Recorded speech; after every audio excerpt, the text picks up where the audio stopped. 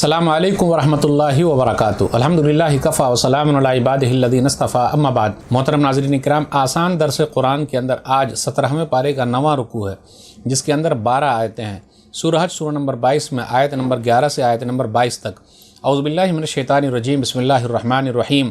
ومن الناس من یعبد اللہ علی حرف فإن أصابه خير اطمأن به وإن أصابته فتنة انقلب على وجهه خسر الدنيا والآخرة ذلك هو الخسران المبین۔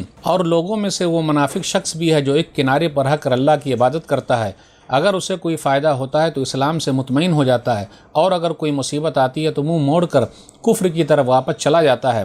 اس کا دنیا میں بھی نقصان ہے اور آخرت میں بھی اس کا نقصان ہے، یہی تو کھلا ہوا نقصان ہے۔ یدعو من دون اللہ ما لا یضرہ ولا ینفعہ ذلک هو الضلال البعید۔ وہ منافق تو اللہ کو چھوڑ کر اسے پکارتا ہے جو نہ اسے کوئی نقصان پہنچا سکتا ہے اور نہ کوئی فائدہ دے سکتا ہے۔ یہ گمراہی کی انتہا ہے، یعنی گھٹیا درجے کی گمراہی ہے۔ یدعو لمن ضرہ اقرب من نفعہ لبئس المولا ولبئس العشیر۔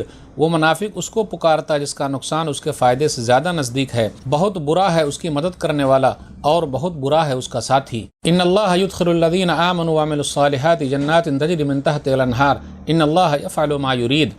بے شک اللہ ایمان والوں اور نیک عمل کرنے والوں کو ایسی جنتوں میں داخل کرے گا جن کے نیچے نہریں بہتی ہیں، بے شک اللہ جو چاہتا ہے کرتا ہے۔ من کان یظن ان لن ینصرہ اللہ فی الدنیا والآخرہ فلیمدد بسبب الی السماء ثم لیقطع فلینظر هل یذهبن کیدہ ما یغیظ۔ جو شخص یہ سمجھتا ہے کہ اللہ دنیا اور آخرت میں اس کی کوئی مدد نہیں کرے گا تو اس کو چاہیے کہ اوپر کی طرف یعنی اپنے گھر کی چھت میں ایک رسی باندھے، پھر اس سے اپنا گلا گھونٹ لے، پھر دیکھے آیا یہ ترکیب اس کے غصے کو ختم کر سکتی ہے۔ یا اس کا دوسرا ترجمہ یہ ہے، جو شخص یہ سمجھتا ہے کہ اللہ دنیا اور آخرت میں اپنے رسول محمد صلی اللہ علیہ وسلم کی مدد نہیں کرے گا تو اسے چاہیے کہ اس چھت سے ایک رسی لٹکا کر اپنا گلا گھونٹ لے، آسمان تک ایک رسی لٹکائے، پھر اسے کاٹ لے، پھر دیکھے کیا اس کی یہ ترکیب اس کے غصے کو ختم کر سکتی ہے۔ وَكَذَلِكَ أَنزَلْنَاهُ آيَاتٍ بَيِّنَاتٍ وَأَنَّ اللَّهَ يَهْدِي مَن يُرِيدُ۔ اور ہم نے اس قرآن کو کھلی کھلی نشانیوں کی شکل میں اتارا ہے اور اللہ جس کو چاہتا ہے ہدایت دیتا ہے۔ ان الذین آمنوا والذین ہادوا والصابئین والنصارى والمجوس والذین اشرکوا ان اللہ یفصل بینہم یوم القیامہ ان اللہ علی کل شیء شہید۔ بے شک جو لوگ ایمان لائے اور جو یہودی ہو گئے اور جو بے دین یعنی ستارہ پوجنے والے سورج پوجنے والے ہو گئے اور جو عیسائی ہو گئے اور جو مجوسی یعنی آگ پوجنے والے ہو گئے اور جنہوں نے اللہ کے ساتھ شرک کیا ہے، بے شک اللہ قیامت کے دن ان سب کے درمیان فیصلہ کرے گا، بے شک اللہ ہر چیز پر گواہ ہے۔ الم تر ان اللہ یسجد له من فی السماوات ومن فی الارض والشمس والقمر والنجوم والجبال والشجر والدواب وکثیر من الناس وکثیر حق علیہ العذاب ومن یہن اللہ فما له من مکرم ان اللہ یفعل ما یشاء۔ کیا آپ صلی اللہ علیہ وسلم نے دیکھا نہیں کہ اللہ کے آگے وہ سب سجدہ کرتے ہیں جو آسمانوں میں ہیں اور زمین میں ہیں، اور سورج اور چاند اور ستارے اور پہاڑ اور درخت اور جانور، اور بہت سے انسان بھی اللہ کے لیے سجدہ کر رہے ہیں، اور بہت سے انسانوں کے لیے اللہ کا عذاب لازم ہو گیا ہے، اور جسے اللہ ذلیل یعنی رسوا کر دے اسے کوئی عزت نہیں دے سکتا۔ بے شک اللہ جو چاہتا ہے کر گزرتا ہے۔ ہادان خصمان اختصموا فی ربہم فالذین کفروا قطعت لهم ثیاب من نار یصب من فوق رؤوسہم الحمیم۔ یہ مومن اور کافر دو گروہ ہیں جنہوں نے اپنے رب کے بارے میں ایک دوسرے سے جھگڑا کیا ہے۔ اب اس کا فیصلہ اس طرح ہوگا کہ جو کافر ہیں ان کے لیے آگ کے کپڑے کاٹے جائیں گے، یعنی آگ ہی ان لوگوں کا لباس ہوگا، ان کے سروں پر اوپر سے کھولتا ہوا پانی ڈالا جائے گا۔ یسحر بہ ما فی بطونہم والجلود۔ جس گرم پانی سے جہنمیوں کے پیٹ کے اندر کی چیزیں اور ان کی کھالیں گل جائیں گی۔ ولہم مقامع من حدید۔ اور جہنمیوں کو مارنے کے لیے لوہے کے ہتھوڑے ہوں گے۔ کلما ارادوا ان یخرجوا منها من غم اعیدوا فیها وذوقوا عذاب الحریق۔ جب جہنمی تکلیف سے تنگ آ کر جہنم سے نکلنا چاہیں گے تو پھر اسی جہنم میں لوٹا دیے جائیں گے اور کہا جائے گا کہ جلنے کے لیے عذاب کا مزہ چکھتے رہو۔ ناظرین کرام، آسان درس قرآن کے اندر آج 17ویں پارے کا 9واں رکوع ہے، جس کے اندر 12 آیتیں ہیں، آیت نمبر 11 سے آیت نمبر 22 تک۔ سورہ حج سورہ نمبر 22 میں آیت نمبر 11 پر غور کیجئے۔ من یعبد اللہ علی حرف، ایک کنارے پر رہ کر اللہ کی عبادت کرتا ہے۔ حرف مانے کنارہ، تو اس سے مراد منافق ہے، یعنی دین کے بارے میں شک میں ہے، اس کو کبھی استقامت جماع نصیب نہیں ہوتا، جیسی نیت ہوتی ہے وہی حساب سے اس کو فائدہ حاصل ہوتا ہے۔ اگر دنیاوی فائدے کے لیے وہ اسلام قبول کیا ہے تو فائدہ اگر حاصل ہوا تو ٹھیک، اور اگر فائدہ حاصل نہیں ہوا تو وہ پھر کیا کرتا ہے، اسلام کو چھوڑ دیتا ہے، کفر کی طرف چلا آتا ہے۔ اس کے مقابلے میں جو پکے مسلمان ہیں وہ ہر حالت میں ڈٹے ہوئے ہیں، اگر تکلیف آئے تو صبر کرتے ہیں، اور اگر اللہ تعالیٰ دیتا ہے تو شکر کرتے ہیں۔ اس لیے میرے بھائیوں، اپنی زندگی میں دو ہی چیز ہے، تکلیف آئے تو صبر، اللہ دے تو شکر۔ جس نے بھی اپنی زندگی میں یہ دو چیز اپنا لیا ہے وہ سب سے بڑا کامیاب ہے۔ اس لیے صبر کرنا سیکھیے اور شکر ادا کرنا سیکھیے۔ نعمت اگر ملے تو شکر ادا کیجیے، اور نعمت اگر چھن گئے تو صبر کیجیے۔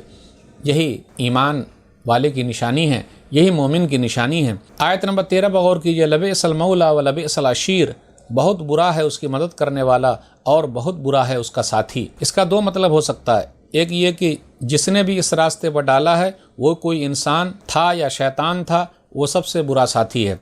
اس کا دوسرا معنی یہ ہے، قیامت کے دن یہ شرک کرنے والے اپنے معبودوں کو بھی جہنم میں پڑے ہوئے دیکھیں گے تو کہیں گے جس سے ہم نے امید لگا رکھی تھی وہی لوگ تو خود ہی برے ساتھی ہیں اور خود ہی جہنم میں، تو ہماری کیا مدد کریں گے۔ لیکن یاد رکھیے گا، عزیر علیہ السلام نے کبھی نہیں کہا کہ وہ اللہ کے بیٹے ہیں، عیسیٰ علیہ السلام نے کبھی نہیں کہا کہ وہ اللہ کے بیٹے ہیں۔ تو جو لوگ پوچھ رہے ہیں غلط طریقے سے، تو ایسا نہیں کہ یہ لوگ چلے جائیں گے نعوذ باللہ، یعنی عزیر علیہ السلام جائیں، عیسیٰ علیہ السلام جائیں، ایسا نہیں ہوگا، کیونکہ غلط طریقے سے یہ لوگ کر رہے ہیں، تو اپنا وہ لوگ سمجھے۔ آیت نمبر 17 پر غور کیجیے، الصائبین سے کیا مراد ہے؟ ستارے پوجنے والے۔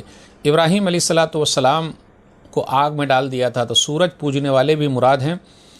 یہ لوگ اپنے آپ کو کہتے ہیں کہ نوح علیہ السلام کے ماننے والے ہیں۔ صائبین، صابی سے بے دین، مشرکین مکہ نبی صلی اللہ علیہ وسلم کو، صابی اس کا معنی ہوتا ہے بے دین، مشرکین مکہ نبی صلی اللہ علیہ وسلم پر ایمان لانے والوں کو صابی کہتے تھے کہ یہ بے دین ہو گئے ہیں، نئی چیز لے کر آ گئے ہیں۔ اسلام ایک نئی چیز ہے، جبکہ اسلام آدم علیہ السلام سے ہے اور آخری انسان تک رہے گا۔ جب صحیح بات بتائی جاتی ہے تو لوگ کہتے ہیں کہ ارے سامنے والا ہی غلط ہے، جبکہ خود ان کو صحیح دین معلوم نہیں ہے، خود ہی گمراہ ہیں۔ پھر اسی طریقے سے المجوس، آگ پوجنے والے کے یہاں یہ ہے کہ نیکی اور برائی کے پیدا کرنے والے الگ الگ خدا ہیں ان کے نزدیک۔ نیکی کا پیدا کرنے والا یزدان ہے اور برائی کا پیدا کرنے والا اہرمن ہے۔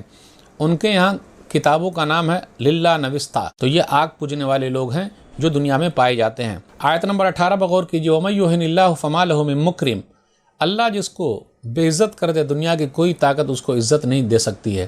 یاد رکھیے گا، عزت دینے والا اللہ، بے عزت کرنے والا اللہ۔ پوری دنیا کے لوگ مل کر بے عزت کرنا چاہیں، بے عزت نہیں کر سکتے۔ پوری دنیا کے لوگ مل کر کسی کو عزت دینا چاہیں، نہیں دے سکتے ہیں۔ اس لیے گھبرائیے گا نہیں، کہیں بھی کس طریقے سے بھی اگر کوئی بے عزتی کرنا چاہتا ہے، جب تک اللہ نہ چاہے کچھ نہیں ہو سکتا۔ اور یاد رکھیے گا، بہت سارے ایسے لوگ تھے جو ظاہری طور پر عزت والے سمجھے جاتے تھے، لیکن ان کے کالے کرتوت تھے، تو اللہ تعالیٰ نے ان کو بے عزت کر دیا، چاہے وہ جس دنیا میں ہو، سیاست کی دنیا میں ہو، فلمی دنیا میں ہو، کہیں بھی ہو، اللہ نے اس کو بے عزت کر دیا۔ تو پانی جب سر سے اونچا ہو جاتا ہے تو اللہ تعالیٰ بے عزت کر دیتا ہے۔ ظلم چلتا نہیں زیادہ دنوں تک۔ اس کے بعد کافروں کے لیے آیا ہے کہ جن لوگوں نے کفر کیا تو ان کے لیے آگ کا ہی لباس ہے، پورا آگ ہی لباس کے طور پر ان کو پہنا دیا جائے گا، اور لوہے کے ہتھوڑے سے ان کو مارا جائے گا۔